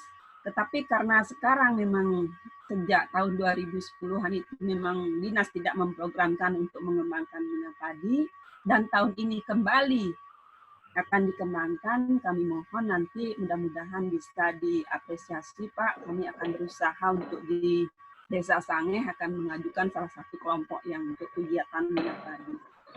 Demikian aja, Pak. Terima kasih. Om Santi. Iya. Terima kasih banyak, Ibu. Makasih banyak, Ibu. Ini atas pendampingannya sampai bioflok masih berjalan dan sudah berkembang di Badung. Mengenai usulan, Bu, jadi Ibu menyampaikan apakah proporsional? Kalau pemaketannya, pembagian wilayahnya per UPT itu proporsional. Tapi kalau misalnya provinsi ini harus dapat segini, provinsi ini, itu nanti kami kesulitan, Ibu. Kenapa kesulitan? Ketika dipatok, nah berdasarkan misalnya Badung, Bali harus dapat 10 misalnya. Kalau di Bali ini ternyata lahannya tidak ada yang pas, tidak ada yang cocok, wah itu malah petaka di kami. Akhirnya target kami nggak tercapai, Bu, dalam pelaksanaannya. Nah, oleh karena itu kami tidak pernah mematok bahwa provinsi ini harus dapat segini. Karena ketika teman-teman melakukan identifikasi, melakukan seleksi, verifikasi apa semua, mereka harus tetap berpatokan pada kelayakan lokasi. Jadi kalau lokasinya tidak layak, kita pindah, Bu, ke tempat lain. Kita tidak bisa memaksakan itu karena kami dikejar tahun anggaran. Yang kedua, Ibu perlu tahu bahwa, Bapak Ibu semua perlu tahu bahwa kegiatan ini adalah 1 tahun anggaran dan kami dipantau. Misalnya saja ini kami dalam situasi COVID ini, kami saja sudah terhalang. Ini 1,5 bulan, Ibu. Ini kami off. Nah ini sebenarnya dari sisi pelaksanaan ini kami rugi. Karena kalau masuk di semester 2 baru dilelang, itu kemungkinan pekerjaan baru masuk di September atau Oktober. Itu bahaya, Ibu, sebenarnya. Nah, oleh karena itu kami tidak akan pernah melakukan pembagian proporsional, tapi kami akan melihat kelayakan, layak apa enggak. Kalau layak misalnya di satu provinsi itu jadinya harusnya misalnya ada 4 provinsi jatahnya 10, tiba-tiba karena di satu provinsi, 3 provinsi tidak layak, yang layaknya satu provinsi, 10 kita letakkan di satu provinsi. Gitu. Karena kami tidak bisa memaksakan, Bu. Kemarin itu banyak usulan, masuk ketika dicek, lahan susah, lahan miring, ada pohon nggak mau ditebang, ada kuburan di tengah, harus ditimbun. Wah, kami nggak bisa, Bu, menunggu. Kami tinggalkan itu. Langsung kami suruh ganti. Gitu. Demikian, Ibu. Makasih banyak. Gimana? Sumba Timur, Pak. Jelas? Sumba Timur. Jelas? Silakan Jawa Timur, Sumba Timur. Sumba Timur, Sumba Timur. Sumba Timur, silakan Sumba Timur. Ya, siap. Terima kasih, habis Pak. Sumba Timur Bantaeng. Habis Sumba Timur Bantaeng. Lanjut Bantaeng. Habis Sumba Timur. Makasih, Pak. Perkenalkan, nama saya Askar. PPB Sumba Timur. Informasi saja, Pak. Kami tahun 2020 untuk Sumba Timur sudah mengirim proposal kelompok ke DJPB yang diserahkan langsung oleh Pak Kadis Perikanan Sumba Timur. Memang selama ini masalah kami di lapangan itu lebih banyak terkait dengan badan hukum, Pak. Alhamdulillah, kelompok-kelompok saya itu badan hukumnya sudah beres, walaupun memang biaya. Ya, terkendala memang biaya yang cukup mahal terkait dengan pengadaan badan hukum kelompok terkait dengan akta notaris dan SK dari Kemenkumham itu, Pak. Mungkin yang menjadi keberatan teman-teman di seluruh Indonesia itu terkait dengan badan hukum kelompok, karena memang biayanya yang cukup tinggi, Pak, di notaris itu sampai dengan 3 juta per kelompok itu untuk proses biaya badan hukum. Jadi itu yang menjadi kesulitan dan yang memang perlu dijelaskan kepada kelompok sehingga bisa dipahami secara baik. Mungkin ini juga mohon juga perhatian untuk Kabupaten Sumba Timur terkait dengan usulan kelompok yang sudah disampaikan ke DJPB. Pak, terima kasih. Mungkin itu saja, Pak. Makasih banyak, Pak, Sumba Timur. Selamat siang udah di sana ya. Nah, Bapak Ibu sekalian, perlu kami sampaikan, Sumba Timur ini adalah salah satu lokasi kami SKPT loh, Pak. Bapak pasti tahu Pak. itu. Siap, ya. siap, Pak. SKPT kami itu sudah ratusan miliar masuk di sana, Pak, anggaran kami. Siap, Pak. Khususnya ke rumput laut. Ya. Nah, tentu Bapak sebagai penyuluh di sana harus bersyukur, Pak, berterima kasih. Karena tidak semua lokasi kita jadikan SKPT. Siap. Anggaran digelontorkan segitu besarnya, Pak. Nah, memang kami di SKPT Sumba Timur ini fokusnya ke budidaya laut, Pak. Gitu. Karena memang kita sudah menilik bahwa kelayakan lokasinya itu berdasarkan juga pemanfaatan zonasi dan tata ruang, itu memang layaknya budidaya laut. Kalau di budidaya laut di sana ya rumput laut, Pak, yang paling bagus. Nah, jadi mungkin itu, Pak, kita fokus. Tapi mengenai badan hukum, itu benar, Pak, yang Bapak sampaikan. Hampir semua Indonesia mengalami persoalan yang sama. Cuma memang ini kan badan hukum ini cuma sekali, Pak. Gitu. Nah, memang ranahnya pun bukan di kami, karena badan hukum ini kan adanya di KUKM. Itu sebenarnya. Nah, oleh karena itu, Bapak Ibu sekalian, justru ini kita harus berbagi peran, berbagi tugas, bagaimana meyakinkan kepada teman-teman bahwa ya kalau misalnya itu saja dikeluhkan, bagaimana mau mendapatkan program, Pak? Tapi intinya bahwa begini, Bapak Ibu sekalian, bahwa tidak ada yang sia-sia dari pemerintah, toh. Kalau misalnya ada badan hukum, pasti ada kemudahan, Pak. Dan itu Bapak sudah merasakan itu. Kalau kita misalnya kayak Bapak, punya sertifikat, punya ini, ketika diadu menjadi penyuluh, pasti Bapak lolos. Kenapa? Sudah punya macam-macam. Itu. Nah, itu, Pak, keuntungannya. Mengenai proposal sudah dikirim, memang kami terima, Pak. Semua proposal yang masuk di kami itu kami list. Yang saya bilang tadi sudah ada 1000-an, Pak, proposalnya. Nah, perlu Bapak tahu mekanismenya, Bapak Ibu semua, seluruh penyuluh di Indonesia, ketika proposal masuk di kami, itu kami list yang mana proposal yang secara administrasi layak. Karena kami kan tidak melihat ke lokasi nih, Pak, misalnya. Kami hanya melihat proposal. Jadi proposal ini kami list berdasarkan kriteria yang banyak itu, habis itu kami screening. Setelah kami screening, kami sampaikan ke pimpinan. Pak pimpinan, dari 1000 yang masuk secara administrasi lolos 300 misalnya. Mohon maaf nih, Pak. Lolos 300. Nah, 300 ini kata pimpinan cek seluruh Indonesia. atau sebar ke UPT, suruh cek. Ketika dicek Pak, dari 300 itu misalnya secara teknis lokasi lolos misalnya 200. Nah 200 ini itu tentunya misalnya kalau paketnya ada 200 dieksekusi. Tapi kalau paketnya ada 100, tentu pimpinan yang memutuskan. Oh 200 yang lolos ya, oke. Saya mau ambil 100, pimpinannya menentukan 100, bukan Tajudin Pak. Gitu. Kalau Tajudin terlalu hebat, bahaya. Mungkin gitu Pak prosesnya. Ya, makasih Pak.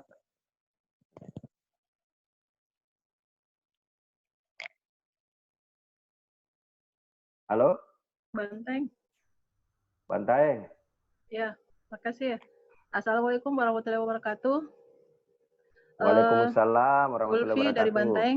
Banteng ini masih kabupaten tetangga dengan Jeneponto. Yang ingin kami tanyakan, kami ingin memperjelas, jadi bantuan ini untuk tahun 2020 atau 2021 Pak? Kami bertanya ini ya. Ini untuk 2021 ya Pak? 2020 bisa, 2021 bisa Bu. Oh ya. Jadi seperti tadi permasalahan yang badan hukum itu, pokdakan kami masalahnya bukan lagi biaya.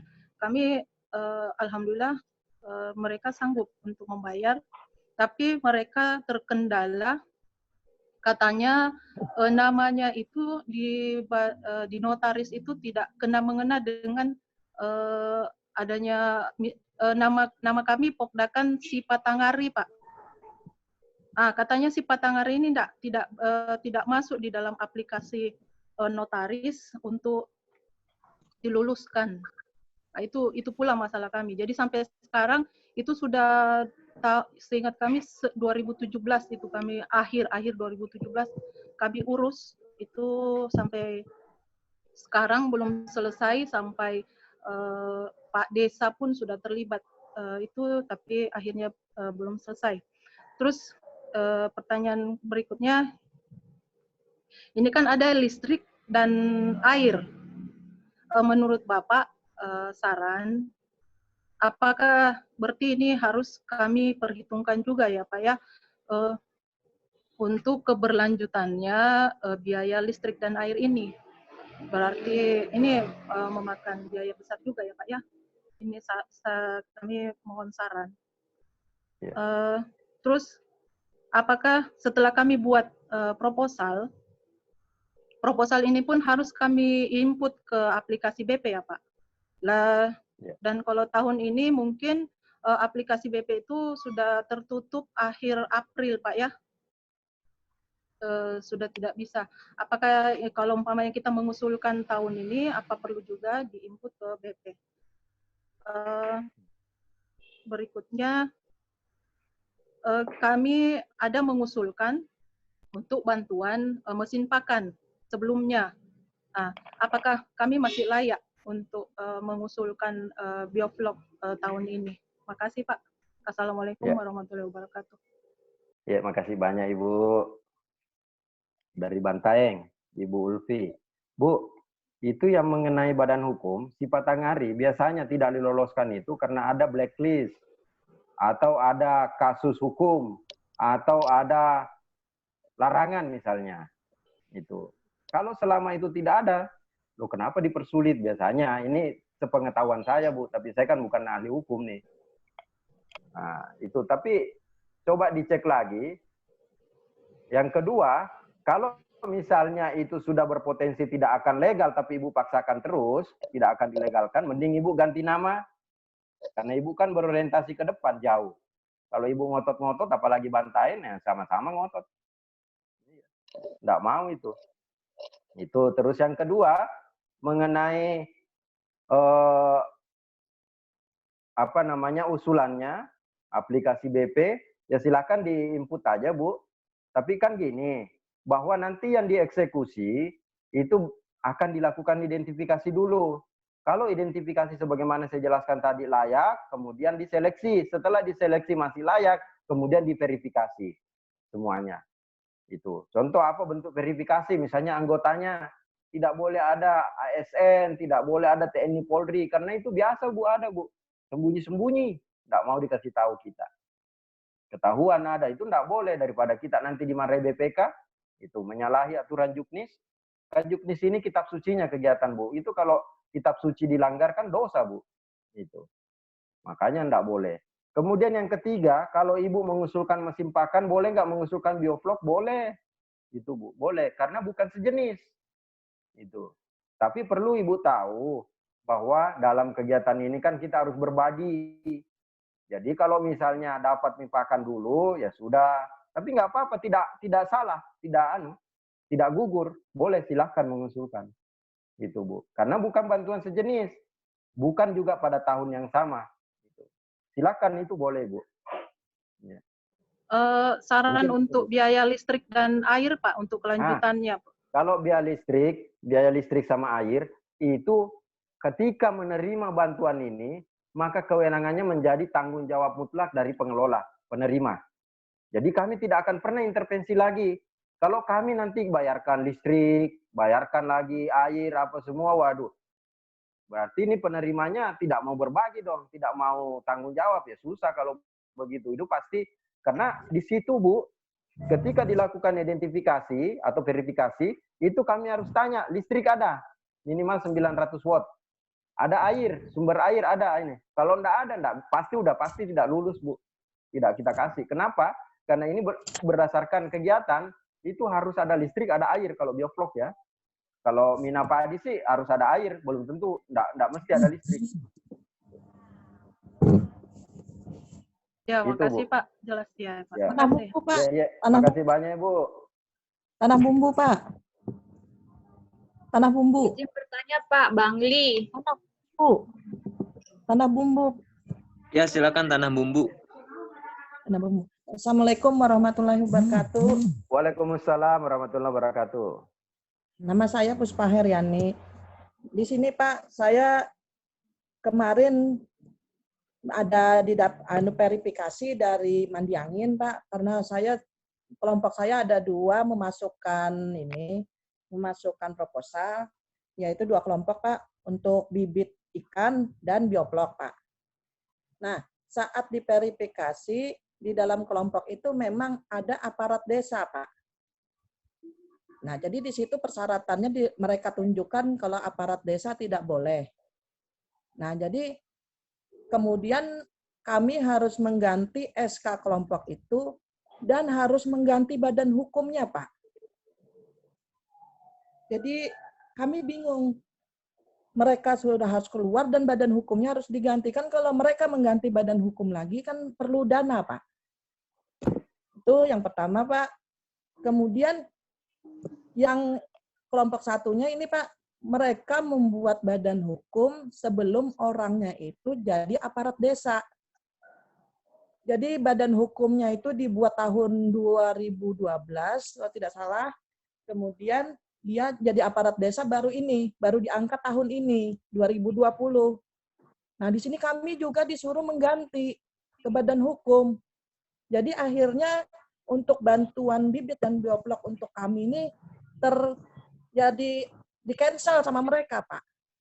Nah, untuk ini saya minta saran gimana harus kami sebagai kelompok di sini, saya sebagai penyuluh untuk menganukan kelompok agar bisa tetap dapat bantuan ini, Pak. Terima kasih banyak. Assalamualaikum. Terima kasih banyak, Ibu Tanah Bumbu. Waalaikumsalam warahmatullahi wabarakatuh. Ya. Waalaikumsalam warahmatullahi. Jadi gini, Bu, itu tadi yang saya sampaikan di awal. Teman-teman Satker ini tidak mau berisiko berhadapan dengan aparat penegak hukum. Aparat penegak hukum itu siapa? Polisi, BPK, inspektorat. Tidak mau bermasalah, Bu. Kenapa? Ketika diberi bantuan itu kepada kelompok, itu kalau ada pemeriksaan ditanya juga satkernya. Satkernya ini kan misalnya Balai Mandi Angin. Ditanya, kenapa kok cek di situ ini? Ternyata ada begini. Nah. Jadi bersoal, padahal bantuannya udah kita kasih, tapi yang ditarik masuk penjara kami. Nah, kami tidak pengen seperti itu, Bu. Nah, oleh karena itu, ini perlu Ibu tahu, teman-teman kami Satker ini kan memberikan tanpa imbalan, Ibu. Memberikan semuanya gratis. Tapi ketika ada pemeriksaan, teman-teman kami itu berpotensi berhadapan dengan aparat hukum. Nah, oleh karena itu, ketika juknisnya memuat, tidak boleh A, B, C, kalau ada yang dilanggar, jadi persoalan di kami. Nah, oleh karena itu, Ibu, tadi Ibu bilang itu ada aparat desa. Memang kita tidak bolehkan aparat desa. Masalah dia di SK-kan sebelumnya dia belum jadi aparat desa, faktanya dia aparat desa sekarang dan SK itu masih berlaku. Itu masalah. Nah, oleh karena itu Ibu, kalau misalnya, dan itu kan kami berikan kewenangannya kepada satker kami di Balai Mandi Angin. Kalau Balai Mandi Angin bilang nggak bisa, ya sudah. Gitu. Kalau itu Ibu masih bagus, diberi peluang. Silahkan ganti. Kalau memang dia nggak mau, dia tinggal aja itu. Itu Bu. Jadi Ibu perlu maklumi, pahami kami ini situasinya. Karena kalau ada apa-apa, kita itu berhadapan dengan aparat hukum Ibu. Dan masa Ibu mau kami masuk penjara, kan kasihan kami. Enggak gini Pak, maksud saya apakah harus juga badan hukumnya dirubah? Kan kalau merubah badan hukum, tapi saya belum pernah ke badan hukum sih lagi Pak. Ini rencana mau ke sana. Apakah harus merubah badan hukum lagi? Takutnya kalau merubah badan hukum, apakah nggak perlu biaya lagi nih kelompok gitu loh Pak? Karena Nah, kan orang itu ada nggak dalam badan hukum Ibu? ada Pak, dia Nah, ada di itu dalam badan hukum. masalah. Itu masalah karena Ibu kan menyerahkan badan hukumnya itu. Ada nama orang itu dan orang itu adalah faktanya de facto de jure itu adalah aparat desa. Gitu. Iya Pak, tapi waktu membikinnya dia belum aparat desa, waktu membikin badan hukumnya gitu loh. Jadi kan memang haruskah aturannya itu merubah badan hukum itu lagi gitu loh. Atau misalnya badannya tetap itu, tapi SK di kelompok itu aja dirubah, artinya orangnya dikeluarkan dari kelompok itu. Oke, dia mau keluar dari kelompok itu. Tapi untuk badan hukumnya itu loh Pak, yang kita kendalani untuk badan hukumnya. Masa harus merubah lagi badan hukum itu? Iya, jadi gini Bu. Ini kan teman-teman tidak mau, saya sudah sampaikan sekali lagi, tidak mau berhadapan. Itu kalau APH, selama badan hukum itu, karena badan hukum itu mengikat terhadap personil dan organisasi yang ada, termasuk material-material yang ada. Jadi ketika orang itu ada di dalam situ, Ibu mau ganti, mau apa, dia tanya nanti, kalau orang iseng nih, polisi misalnya, apa semua, dia tanya-tanya, wah udah, kena itu. Dan faktanya teman-teman Balai Mandi Angin kan akhirnya menyarankan kan, silahkan ganti dulu kalau mau, kalau nggak mau ya sudah. Itu karena memang kami di Jakarta ini Bu, ketika rapat dengan balai-balai, kami juga ini kan Ibu tentu paham betul beberapa kali teman-teman itu dipanggil oleh APH karena ada persoalan-persoalan kecil sebenarnya, tapi ketika mereka tidak mau melakukan tidak mau tahu lah begitu, intinya kaku ya sudah kena teman-teman kami ini. Gitu. Udah beberapa teman kami kena Bu gara-gara begitu, makanya kami nggak mau. Padahal bantuannya udah dikasih ke masyarakat, udah dimanfaatkan, bagus lagi. Lagi berpandir aku. Mohon dipahami Bu, Bapak Ibu semua, seluruh Indonesia penyuluh, mohon dipahami situasi ini.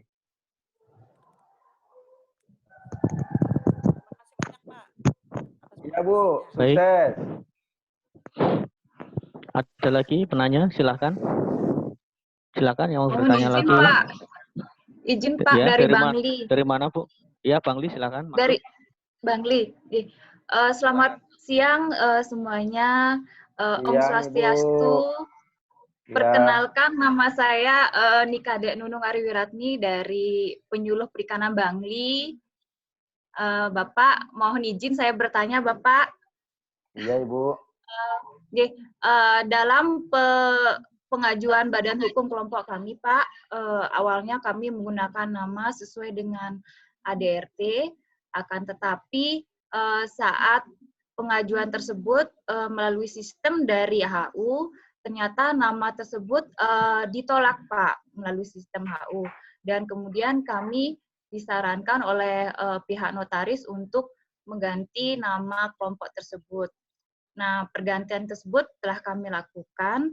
Kemudian yang ingin saya tanyakan, Pak, apakah dalam ADRT kelompok tersebut kami harus mengganti nama sesuai dengan nama dari badan hukum yang sudah keluar itu, ataukah ada hal-hal yang harus kami lengkapkan sehingga ADRT yang awal bisa digunakan untuk pengajuan proposal bantuan pemerintah, Pak. Itu saja, Pak. Terima kasih, Pak. Ya, makasih banyak Ibu dari Bang Li.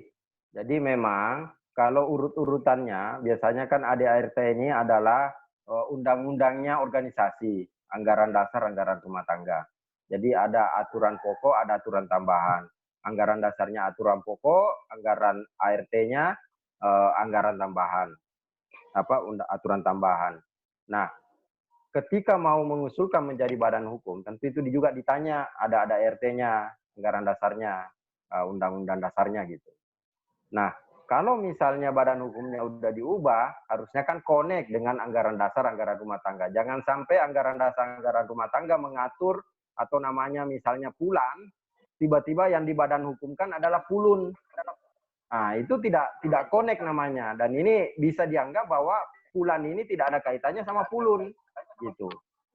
Gitu, Ibu. Nah, tapi dalam hal ini misalnya, kata Ibu tadi, apakah boleh mengusulkan? Nah, karena kan yang kita minta ini adalah berbadan hukum. Nah, silakan badan hukumnya diusulkan, karena sudah ada. Tapi paralel, Ibu kalau bisa, anggaran dasar itu juga diubah. Karena sebenarnya berbadan hukum ini kan kalau nggak salah minimal 2 kali rapat, 2 tahun lah, 2 kali rapat anggaran dasar gitu. Ya, anggaran rumah tangga. Nah, itu harus ada itu, Bu. Jadi harus connect. Karena kalau diusut, ditelusuri, ditelisik, nah itu kan harus connect ke belakang. Tapi Ibu bagus itu udah punya badan hukum. Ada ART-nya aja, tinggal rapat dengan anggota apa semua, minta perubahan. Gitu. Kan anggaran dasar itu perubahan internal aja. Kalau badan hukum kan Ibu harus ke sana lagi, ke Kumham. Sayang. Mungkin itu Ibu. Nggih Pak, terima kasih. Ya, itu udah saat pengajuan badan hukum kami harus melampirkan ADRT awal kan Pak. Gitu Pak. Kemudian setelah keluar itu ternyata namanya ditolak. Kemudian kami kelompok mengusulkan agar mengganti nama lagi sesuai yang baru gitu. Dan berarti ADRT itu yang awal tuh harus kami ganti ya Pak ya, sesuai dengan badan hukum, Ibu. itu yang maksud saya. Iya. Iya, kenapa ditolak Ibu?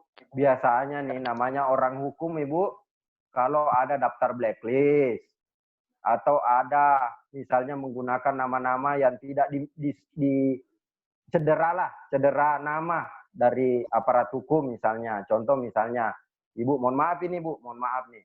Contoh misalnya Ibu pakai logo lambang yang dilarang oleh pemerintah. Ada logonya di situ atau lambangnya, atau ada namanya yang dilarang. Ibu tetap mencantolkan. Nama-nama itu oleh hukum itu tidak disukai, makanya dia tolak. Gitu. Nah mungkin, saya nggak tahu, mungkin oleh aparat hukum, dia cek itu, oh ini nama dulu ada masalahnya, siapa tahu di dalamnya adalah orang-orang bermasalah. Makanya dia tolak, kalau mau ganti nama ini. Nah itu Bu. Kira-kira itu analisis saya aja. Ya nggak apa-apa diganti aja Bu. Ya, terima kasih Pak. Terima kasih Bu. Baik, selanjutnya silakan. Ini karena waktu juga sudah mau habis, jadi kita batasi 2 orang penanya lagi. Silakan. Silakan Pak.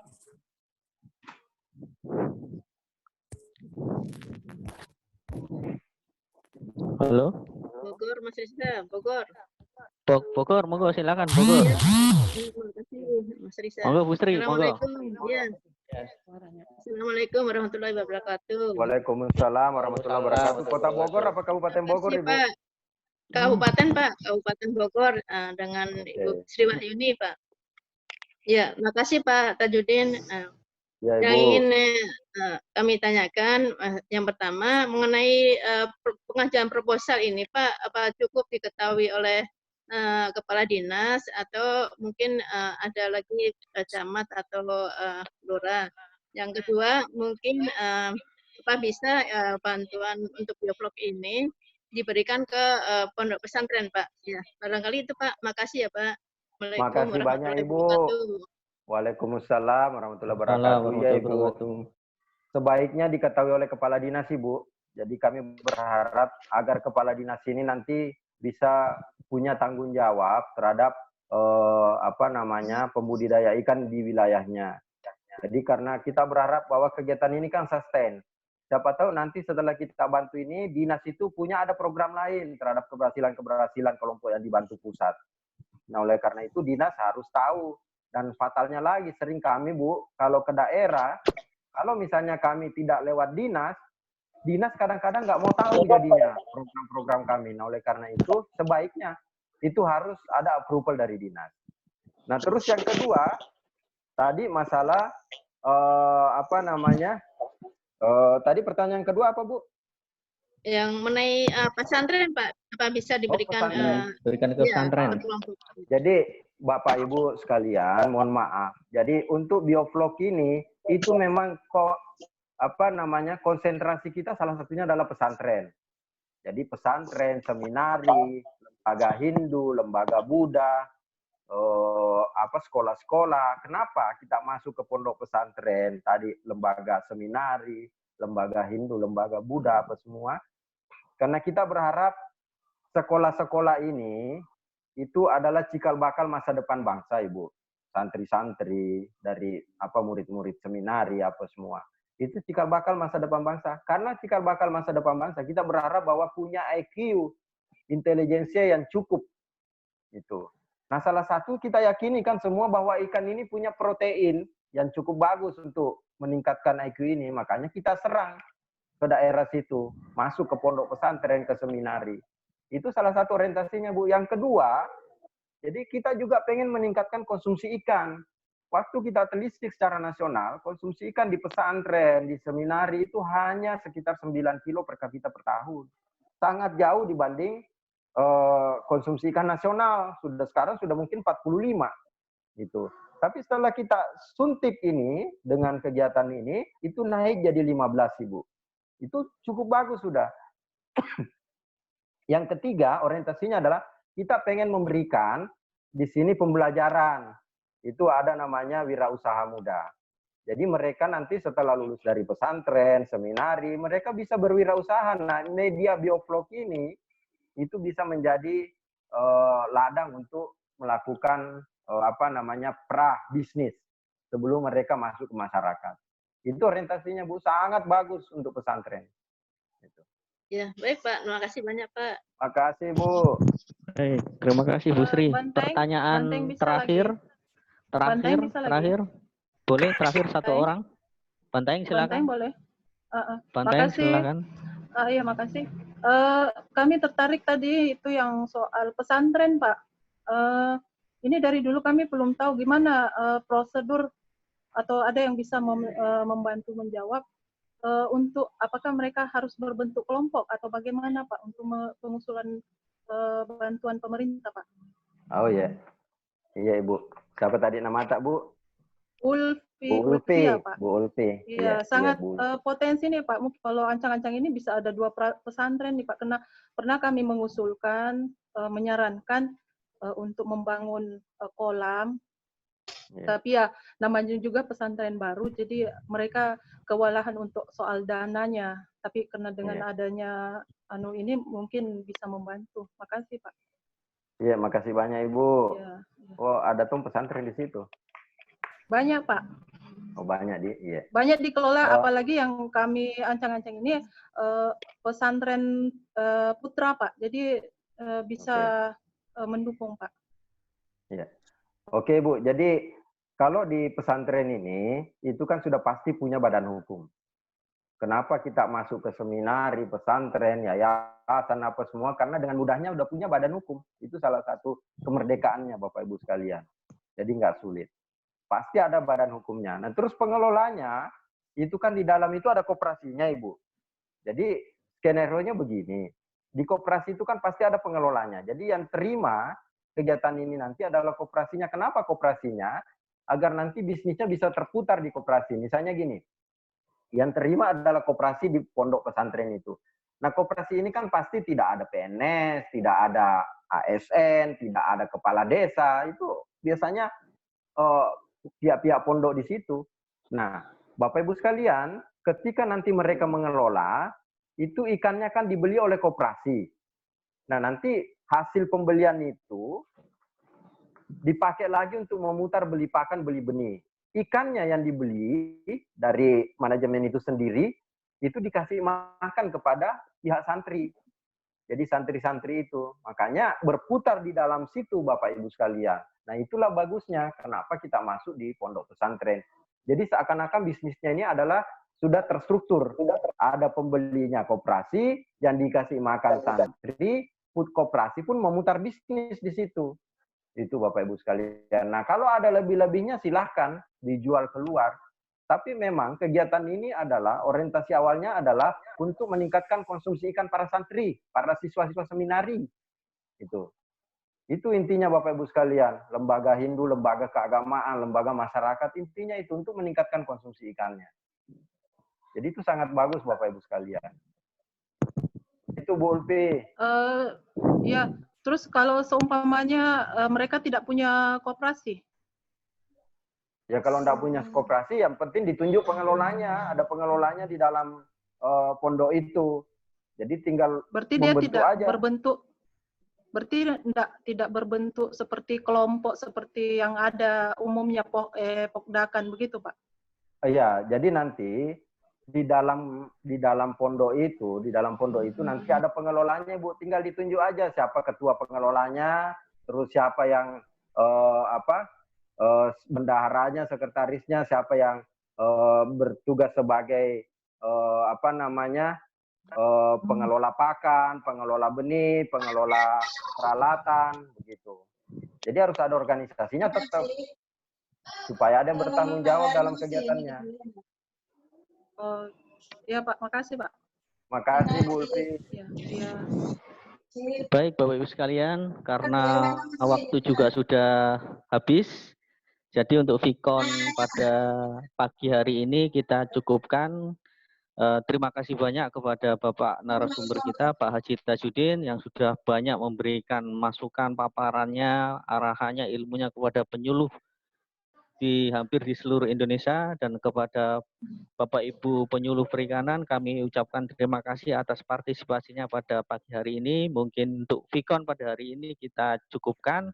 Kami selaku moderator, apabila ada kesalahan, mohon maaf, dan kami akhiri. Wassalamualaikum warahmatullahi wabarakatuh.